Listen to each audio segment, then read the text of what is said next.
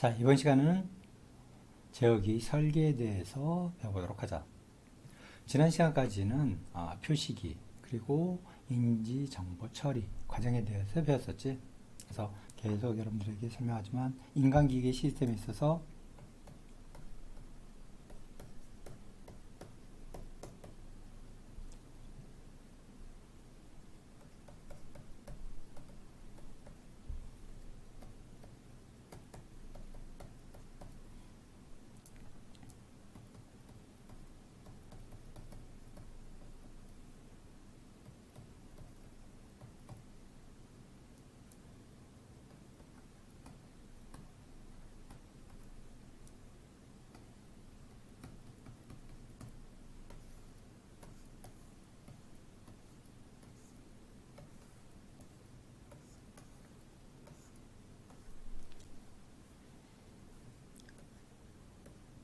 자, 우리는 수용기의 특성에 대해서 배웠고, 자, 이런 수용기의 특성에 대해서 배웠기 때문에, 자, 우리는 이 표시기, 결국 여기서 정보, 자극이라는 형태로 주어지는 것을 우리가 데이터, 이것을 정보화시키는 데 있어서 이 표시기 설계를 어떻게 할 것인가 하는 것을 배웠고, 이 수용기를 통해서 들어온 이런 정보를 처리하는 과정에 대해서 배웠지.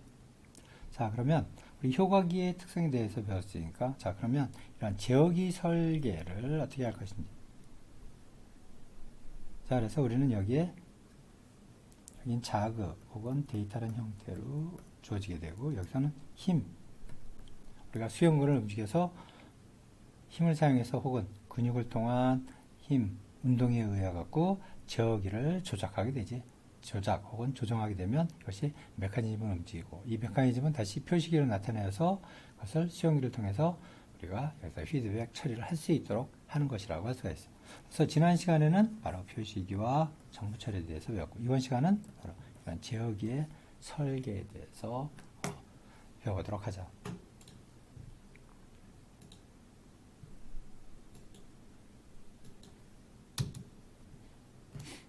자, 그래서 이런 제어기는 우리가 일상적으로 기계에 있는 것들은 조종장치라고 하지. 그래서 조종장치를 우리는 제어하고 조정하게 되는데, 제어하고 조정한 조종장치를 우리는 편의상 제어기,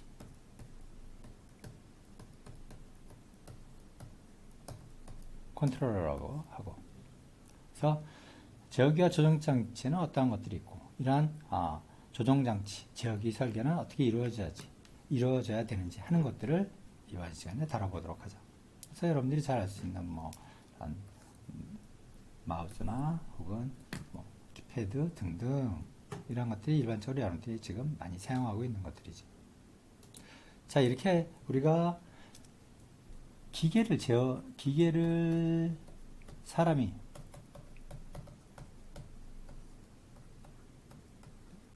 제어를 하는 데 있어서는 제어 변수를 고려해야 되겠죠. 자, 우리가 물론 예를 들어서 손가락을 통해서 우리가 조작을 한다고 할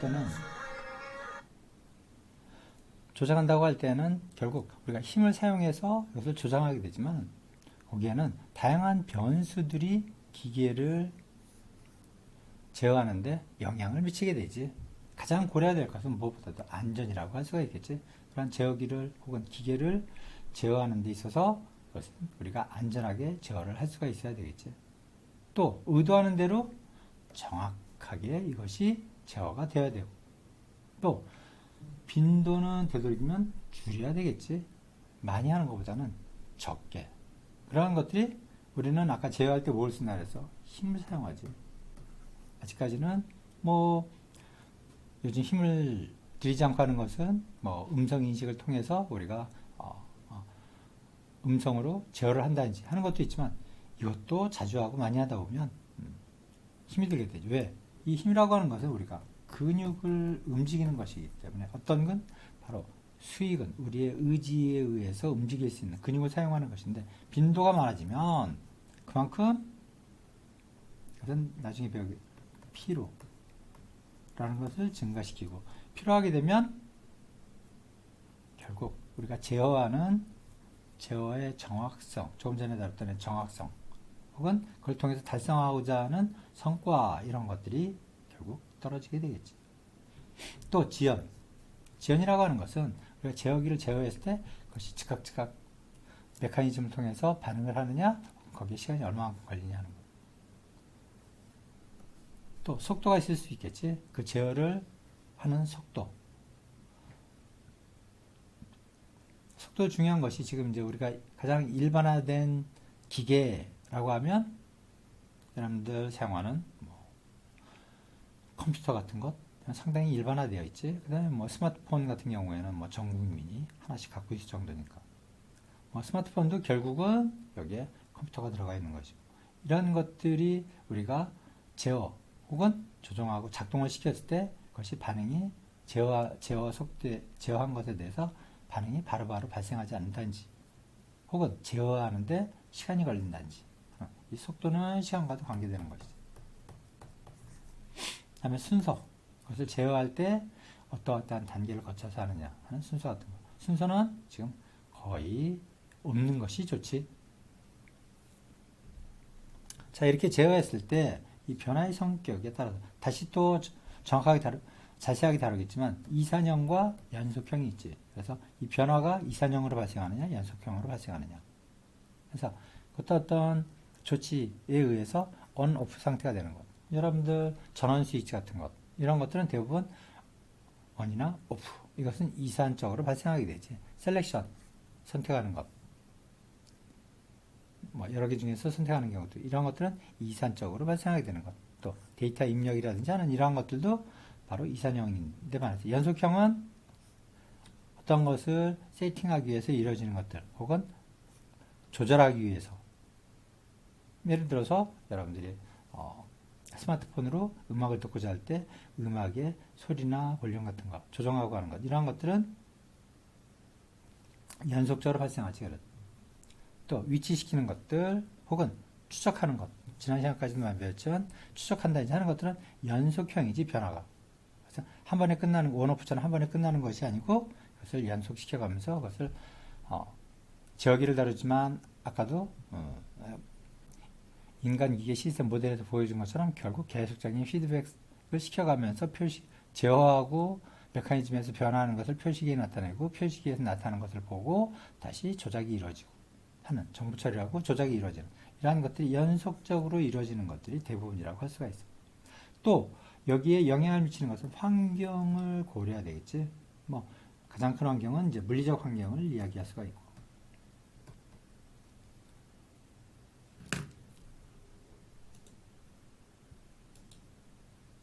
이거 있다.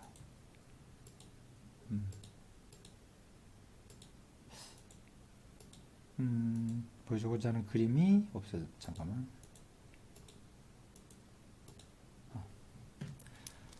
자, 지금 인간기계 시스템에 있어서 지난 시간까지 배운 것 그리고 이번 시간 다루게 된 제어기에 영향을 미치는 것 중에 자, 이런 인간기계 시스템에서 물론 주고받는 정보, 힘 등인데 이것을 둘러싸고 있는 것은 바로 물리적 환경이라 그러지. 물리적 환경이 결국 둘러싸고 있고 이 물리적 환경에는 뭐 온도, 습도, 뭐 기류, 뭐 소음, 압력 등등 뭐 많은 것들이 있게 되죠. 여기. 이런 것들에 의해서 제어도 영향을 받게 되죠.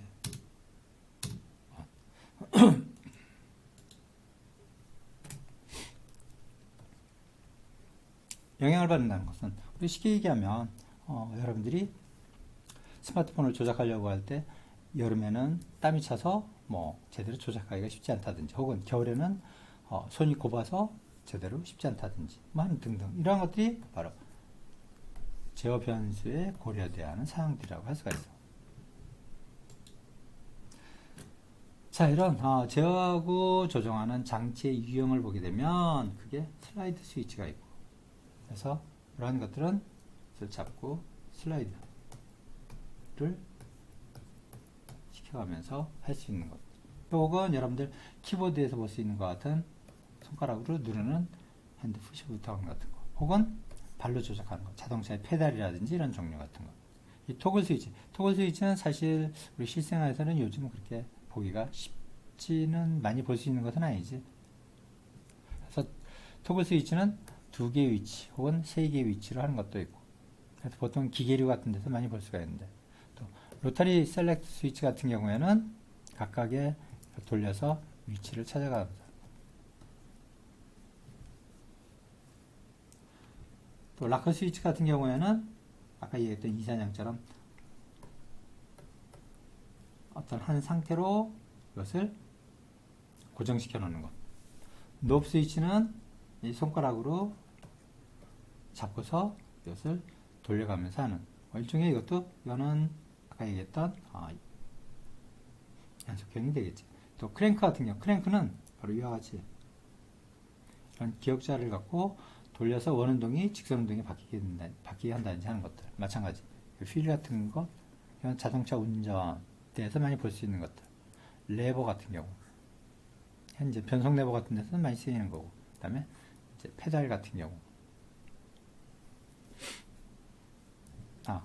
아까 얘기했던 푸시부터는 페달하고 좀 틀려갖고, 페달은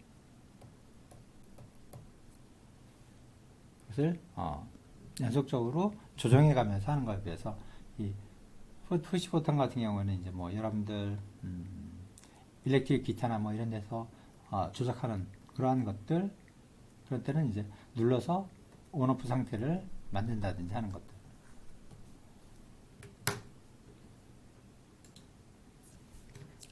그래서 조정장치 유형을 다시 한번 일단 조정장치 유형하고 이산형과 이산형 연속형과는 또 연속형으로 나눴을 때 이와 같이 누름 버튼이나 토글 스위치, 똑딱이 스위치라고도 우리는 얘기한다. 토글 스위치나 로커 스위치, 또 푸시 버튼이나 뭐 키보드 이런 것들은 이산형이라고 할 수가 있지. 이산형과 연속형으로 가능한 것은 조거 다이얼이나 넙 같은 경우, 그 다음에 로터리 스위치 같은 경우, 그 다음에 슬라이드 스위치, 그 다음에 썸휠 같은 경우. 썸휠은 돌려가면서 거기에 위치시키는 것을 의미하지. 그 다음에 연속형은 레버 같은 경우, 또 혹은 핸들, 크랭크, 페달 이런 것들은 연속적으로 조정하는 것들이지. 이거.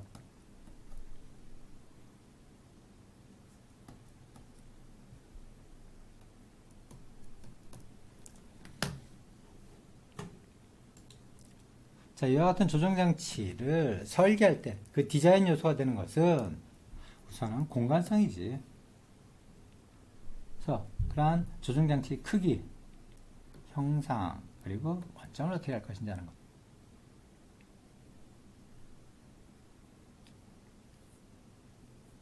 그 다음에 판별성, 판별력을 높이기 위해서 암호화라고 그러는데 암호화보다는 코딩이라고 할 수가 있지. 그래서 형상, 위치, 색, 표시 등등으로 해서 그것을 코딩화 시킬 수가 있겠지. 그다음에 정확성에 따라서 또 좀 촘촘하게 밀도 있게 할 것이냐 아니면 좀 러프하게 할 것이냐 하는 것.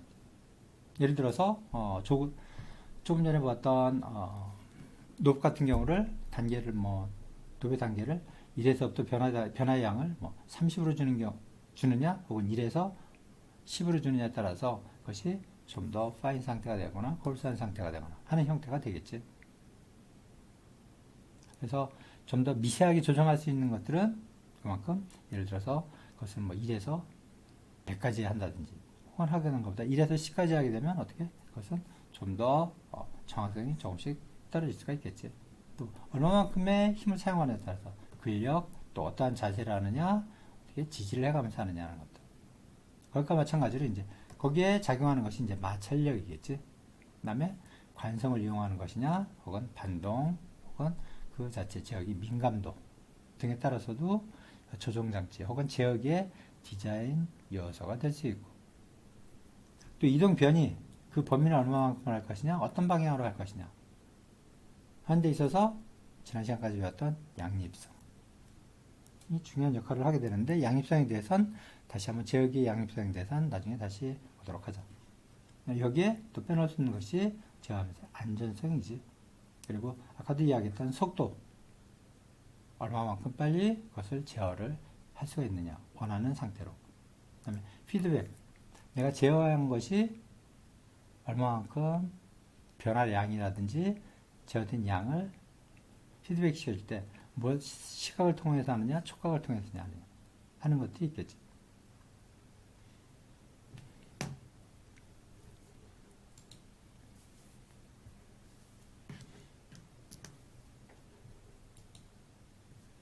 이 조정장치 코딩에 있어서는 무슨 모양으로 할 수가 있겠지.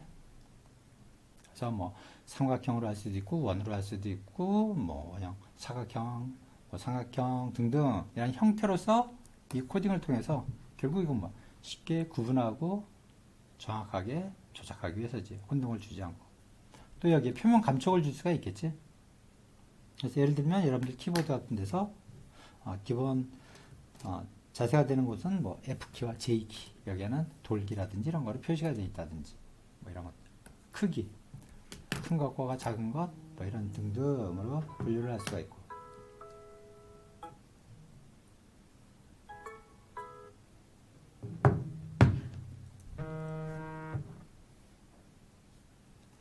또 위치, 어느 곳에 두느냐에 따라서 그 위치에 따라서도 코딩을 충분히 할 수가 있지. 그 다음에 조작법, 어떻게 조작을 하게 하느냐 하는 것도 될 수가 있고. 또 가장 많이 쓰이는 것이 색으로 구별해서 하는 것. 그래서 여러 가지 다양한 색을 써서 구분을 하게 한다든지 하는 것들. 그 다음에 표시를 통해서 예를 들면 여러분들 키보드에 각각 여러 가지 한글과 로마자로 표시가 되어 있다든지 하는 것들, 이런 것들도 일종의 이 라벨링에 의한 것이라고 할 수가 있지.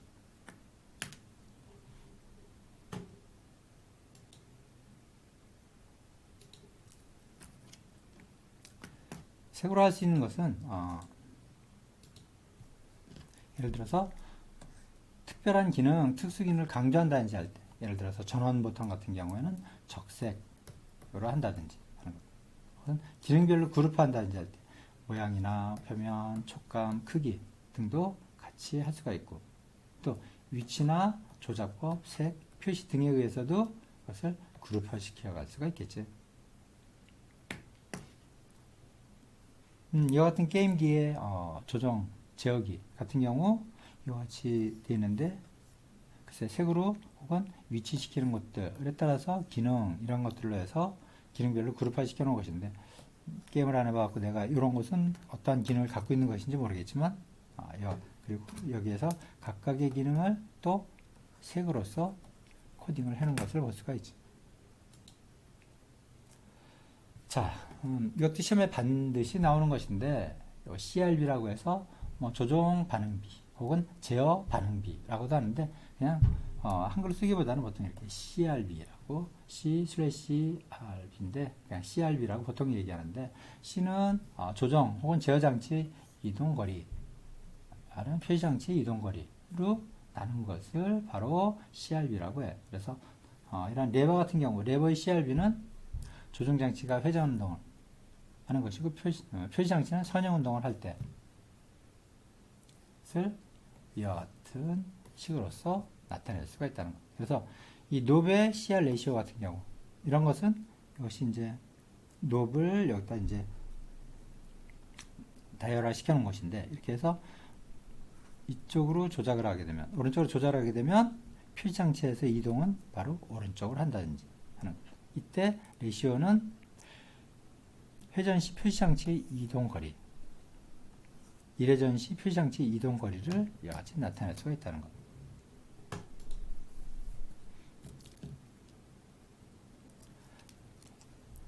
이 노브로 되어 있는 레버하고 이런 조그달, 이런 것들의 CRB를 보게 되면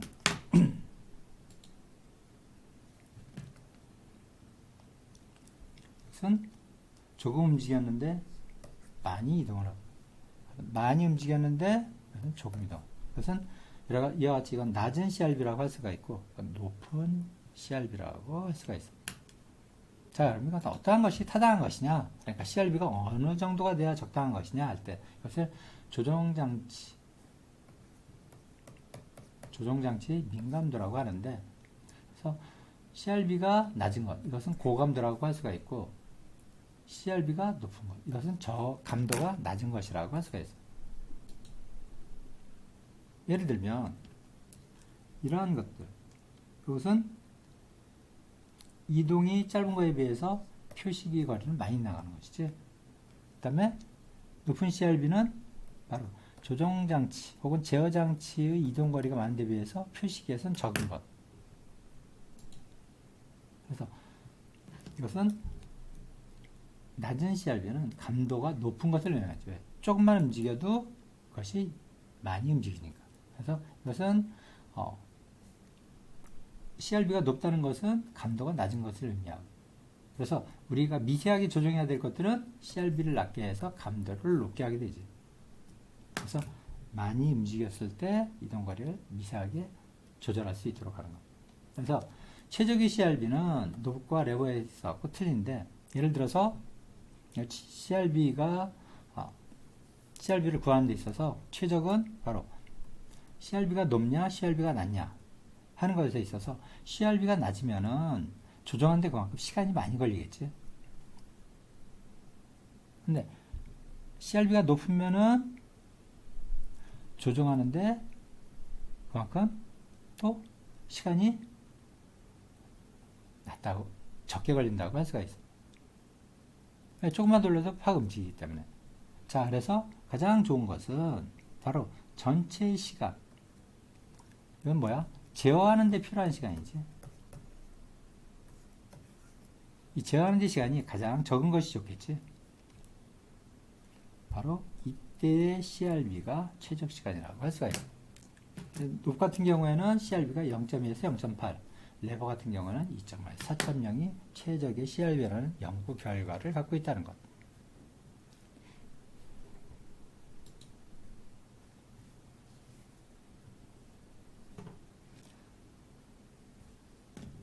자, 이와 같이 실험을 통해서 높 회전수가 이와 같이 될 때 표장치 이동거리가 있고 CRB를 구할 수가 있겠지. 그러면 조정시간과 이동시간, 그래서 총 시간을 구할 수가 있고, 그래서 최적의 CRB는 이와 같이 각각 4개의 경우에 있어서 총 시간이 가장 적은 것. 그래서 총 시간이 가장 적은 것을 보면 CRB가 0.8이 된다는 것.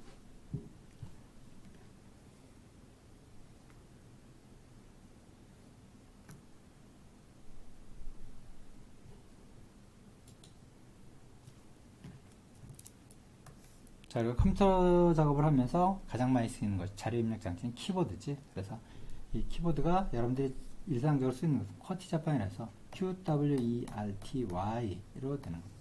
이게 쿼티 자판이라고 해서 이러한 것들은 타자기에 컴퓨터가 들어오기 전에는 대부분 손글씨 외에 쓰는 것은 이제 타이프라이터가 있었지. 그래서 타이프라이터, 이 타자기라고 했었는데, 이 타자기에 키 배치에 따른 것. 왜? 지금까지 여기에 익숙해져 있으니까. 그래서 이것은 많이 쓰는 것들. 그래서 많이 쓰는 것들은 손가락 힘이 가장 적은 곳에 위치하도록 해서 만들어 놓은 장치라고 할 수가 있어.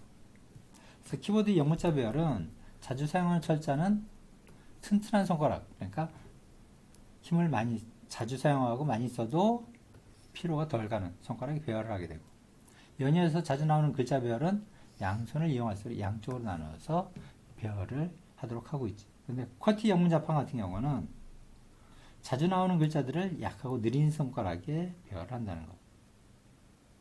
그래서 ER, TY 등과 같이 자주 발생하는 글자 조합은 같은 손 쪽에 배열하고, 또 기계식 타자기들이 여러분들이 영화 같은 데 하나 봤음직한데 결국 이게 활자를 치기 위해서 움직이는데 이런 것들이 엉키는 것을 방지하기 위한 것이라고 할 수가 있어.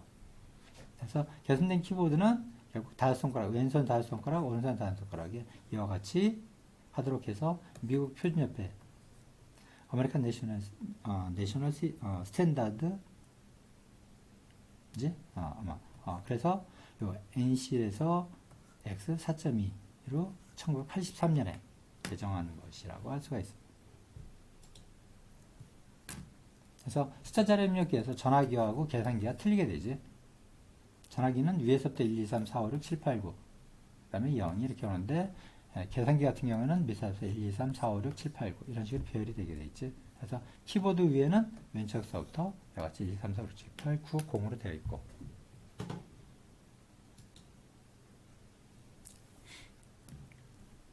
자, 여기서 여러분들이 또 알아둬야 될 것은 이런 표식이나 조정장치 관계에 있어서 스테레오타입이라고 하는 것.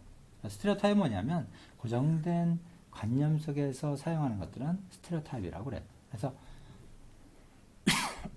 어떤 특정한 사물이나 집단에 대해서 사람들이 공통으로 가지는 비교적 고정된 견해와 사고를 바로 스테레오타입이라고 한다는 것. 거기에 대해서 우리가 지금까지 배웠던 양립성, 이것은 대다수 사용자의 기대와 일치하는 자연스러운 관계를 무엇과 무엇에? 바로 표식이와 제어기의 관계, 이것을 양립성이라고 했지. 스테레오타입은 표시장치와 조정장치에 관한 강한 양립성 관계를 나타내기도 한다는 것. 그래서 이런 높 같은 데서 on은 바로 오른쪽으로 돌리고 open은 바로 왼쪽으로 돌리게 되고, 마찬가지 이런 fill이 있다면은 open은 여는 것은 왼쪽, 닫는 것은 오른쪽. 나사도 마찬가지. 역시 잠그는 쪽, 여는 쪽. 스위치 같은 경우에 있어서는 위로 올리는 것이 off, 내리는 것이 on. 그리고 표시기와 제어기와 표시기에 있어서 오른쪽으로 돌리면 별량은 오른쪽으로 되는 것. 또 이 같은 경우 수직과 수직 표시기가 있을 경우 오른쪽으로 돌리면 이것이 올라가는 형태가 되지. 이러한 것들이 스테레오타입이라고 할 수가 있어. 또 여러분들이 알아둬야 될 중요한 원리 중에 하나가 외리계 원리. 외리계 원리는 동일 면상에서 회전형 조정장치가 선형 표시장치와 가까이 있는 경우에는 표시장치의 지침이 지침과 가까운 조정장치와 같은 방향으로 움직일 것이라고 예상을 하게 되는 것. 그러니까 동일면의 조정장치와 표시장치가 가까이 있을 경우,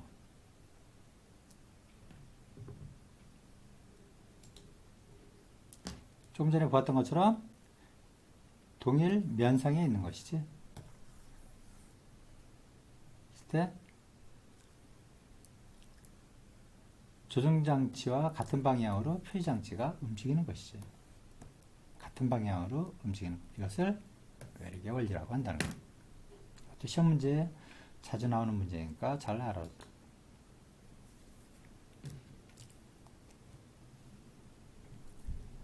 그러니까 히크의 법칙, 그리고 피치의 법칙, 그리고 디자인이 있는데, 이 반응시간, 돈데스의 반응시간에서 오면 단순 반응, 돈데스의 연구에 하면 단순 반응하는데 그냥 0.2초. 예를 들어서 여기에 불이 들어온다든지 하면 스위치를 누르게 한다든지 할 때 걸려. 선택 반응, 네 가지 중에 불이 들어오면 각각에 반응하게 하는 것. 예. 이것을 선택 반응이라고 하고, 이때 반응 시간은 결국 대수의 법칙에 준한다는 것. 이것이 바로 히크의 법칙이라고 할 수가 있습니다.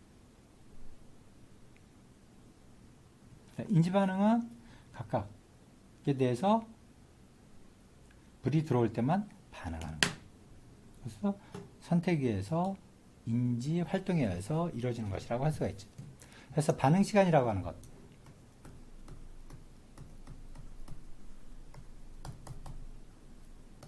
자, RT라고 하는데, 이 반응 시간이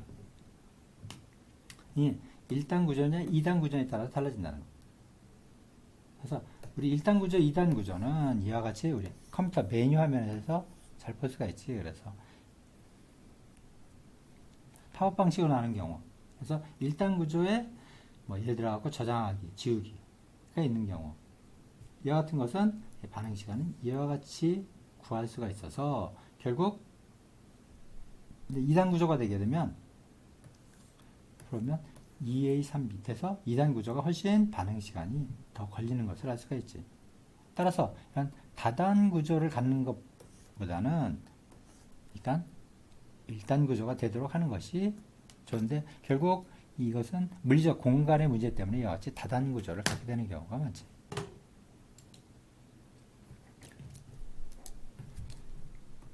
그래서 MT라고 약자로 이해하는데, 이것은 동작 시간. 이것은 동작을 실제로 실행하는데 걸리는 시간. 그래서 일반적으로 사람은 동작 시간이 0.3초가 걸린다는 것.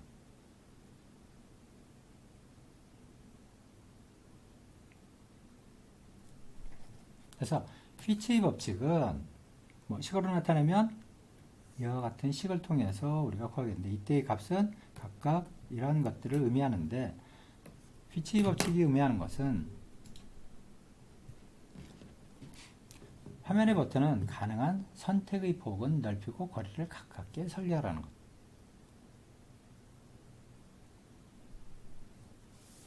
예를 들면, 자, 여기를 클릭하게 하는 것보다는 이와 같이 선택의 폭을 넓히고 이동하는 거리를 줄이는 것이 좋다는 거죠. 그래서 이와 같이 이동하는 것보다는 이와 같은 메뉴를 형성해 놓으면 이동하는 거리가 훨씬 더 짧아질 수가 있지.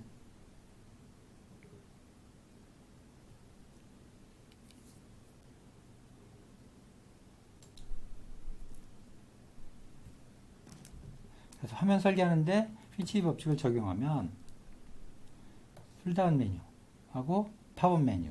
그래서 풀다운 메뉴보다는 팝업 메뉴는 결국 거리가 이동 시간이 적게 될지, 그러므로 동작 시간이 적게 걸린다는 것.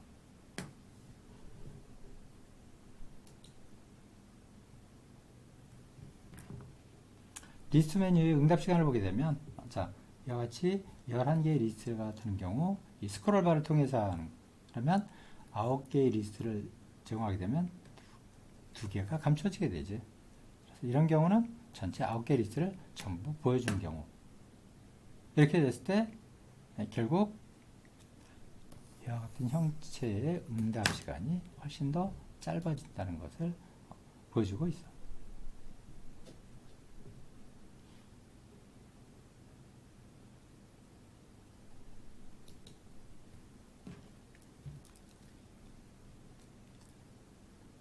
특히 요즘 들어서 많이 볼 수 있는 것이 파일 메뉴지.